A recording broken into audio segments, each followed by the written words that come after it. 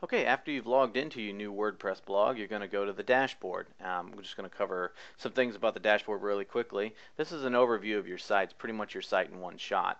As you develop your blog, you'll see different things on here that will start to change over time. A couple of things about the dashboard. Clearly this up here is a link to your actual blog if you wanted to go and take a look at it. And over here on your left is your navigation. You're going to find that, and this should be a pretty standard for a lot of people. Also, a little thing about the navigation along the side is that if you'll notice in between where each of these navigation bars break, your icon will change, your mouse icon. If you click on that, that'll actually compact your navigation on the side so you can save yourself a little bit more screen room if you have a limited screen. So you want to really try and maximize your real estate. Your stuff will come out, you just hover over it, and it'll all just come out here on the side instead. So it might save you a little bit of room. And you can click back in and it'll restore itself. Up here at the top, you'll have these things that it's commonly used things that you may want to do real quick that you don't want to necessarily have to navigate to along the menu, or if you're somewhere else you don't want to have to try and find your way back to it. New posts, new pages, you upload media in your media library such as photos and other things, and then also your comment section. So that's a quick thing. This right here, the right now, basically shows exactly what your blog is about. Tell you how many categories, pages, posts, tags, and how many comments you have, including the ones that are visible, the ones that you need to moderate in case they're spam, and the ones that have been flagged as spam. Also, it shows your theme, how many widgets you're using, and what type of WordPress you're using. If for any reason that you need to update it, it'll display it here, and it'll also display it down here. You can change your theme by clicking on this button very quickly. So, recent comments, if you have a comment that you may feel that you want to comment back on, or maybe maybe it shows that maybe it might be something that's spam, you'll see some of the recent comments here with also a quick menu that pops down that you can do right there from the dashboard. If you say, well, that's actually a spam comment, I want to spam it, or I maybe even just want to delete it. Plugins, this is from WordPress itself. It's actually feeding to you directly. It's showing you kind of new plugins, popular plugins, recently updated ones. So in case it's something that you might be interested in, it kind of keeps you in the loop about what's going on in the plugins. Drafts, this is something that if you keep a lot of drafts for common use, or maybe it's something you haven't completed, it'll show there. It's not really something that's used that much depending on where you are. Also, the WordPress development blog shows you what's going on in the WordPress world, such as right now, as of the recording, Beta 2 just came out for WordPress 3.0, so if some people like to see what's going on in the new versions of WordPress, it'll show you that kind of stuff here. Other WordPress news, it's just basically their feed of their different things. And your incoming links down here at the bottom. Your incoming links will basically show you how many people are linking to your blog.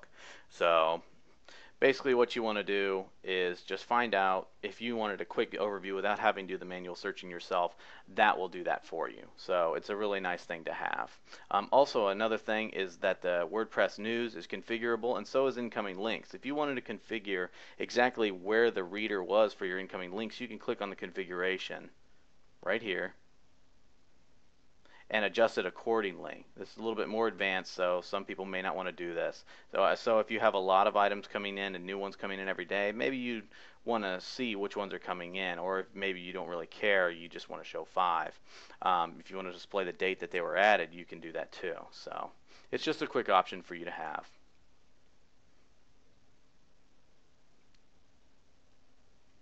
Same thing for the other WordPress news, you can configure it. And the best part about other WordPress news is that this is actually a feed reader. So if you have something maybe in your industry that you want to use, you can actually put anything you want in here, any feed at all. So if you wanted to feed from your favorite blog, or your top digs, or your stumble upon, you can put any feed in there. It just says WordPress news for now. So if you want to, that's just a quick feed reader for you to use at your disposal. It's not just WordPress news. Another handy feature about the dashboard that a lot of people don't really know about is the screen options and help sections. These are actually everywhere, and they're configurable across a multitude of pages, so they kind of change depending on what page you're on. But where it has some of the most robust options is on the dashboard.